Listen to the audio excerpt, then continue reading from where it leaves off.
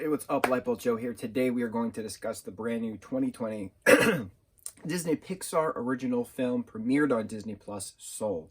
This stars Jamie Foxx as Joe Gardner. Tina Fey plays the character of 22, who's a soul.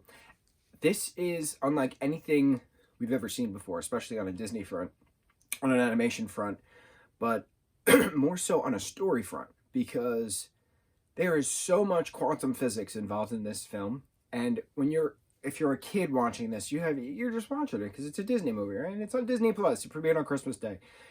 It's heavy. It's deep. Like, you go through concepts of string theory versus M theory, the great beyond versus the great before, which is not there is no heaven and hell. It's the great beyond, the great before.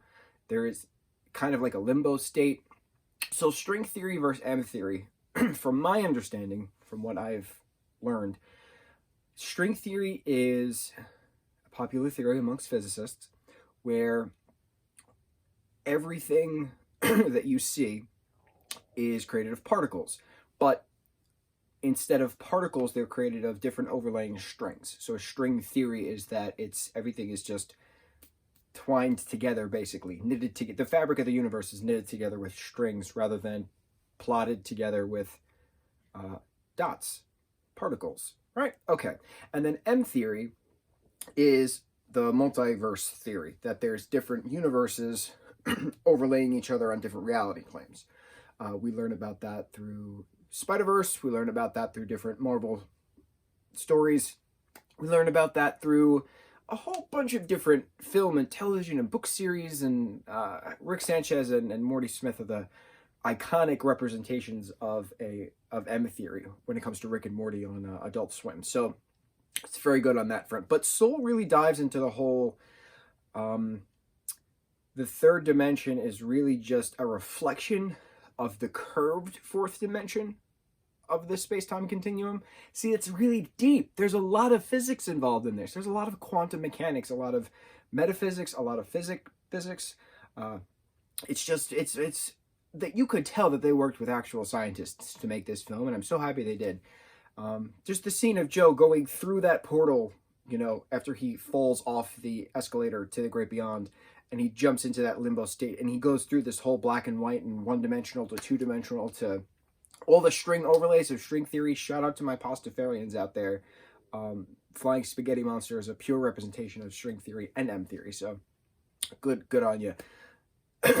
It's such a beautiful film. This is such a beautiful film. So the story is Joe Gardner gets his big break as a jazz pianist. He teaches middle school band.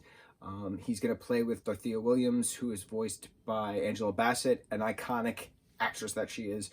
And so Dorothea Williams' quartet band it's a four-piece band. You got your bass, you got your drums, you got your saxophone played by Dorothea, and Joe is on the piano.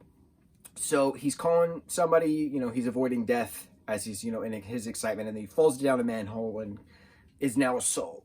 So he doesn't want to go to the great beyond, so he escapes. He goes to the great before. He tricks everybody into believing that he's a mentor to these future souls, and these little souls, they'll have numbers. They are given certain characteristics, but those of them who don't have a full, Earth badge on their chest can't go to Earth to be into a human or a cat or a person or anything. So they have to get a mentor. So Joe tricks everybody into believing that he isn't a mentor to steal a Earth badge to get back to Earth so he can, live his life. So 22 is the name of a soul.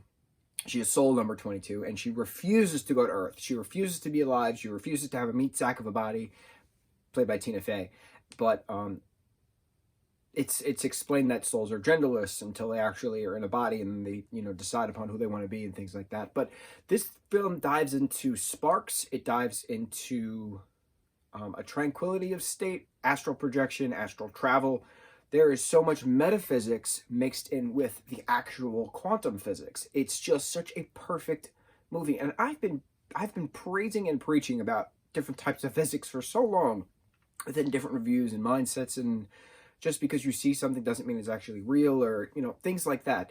And for them to explain that third dimension is just a reflection of the curved fourth dimensional space-time continuum, it's just so cool seeing all of the different theories, the M theory versus the string theory, thrown into effect. So I'm choking because I got pizza stuck in my throat, and it went down the wrong pipe, and I still got stuff stuck in the trachea, so I'm trying to cough back up to get down the correct pipe. But yeah, Soul was incredible. And I yes, it was supposed to come out in June, but COVID-19 hit and, damaged the world. And then Pixar and Disney were going to release it November, I think, in theaters, but then still America is just an absolute shit show when it comes to this virus. So that they were like, we're just going to have it as a Disney Plus premiere, no premium, no $30 to watch it like they did with Mulan, which we'll talk about. It was such a beautiful film. I watched it Christmas Day, but then I had to see it again. So I saw it again with my parents, and I needed to catch all the things that I missed before. We missed a lot, and we called everybody out, we didn't catch that. He said, the day I got my big break is I'd rather die or something like that, and then he died. So it was cool having him go back to, Joe Gardner, and 22 is now not reincarnate, but she finally gets to be a, human in China. So that was pretty neat as well. Yeah, Soul, watch it, Disney Plus, incredible film. Mucho mahalo.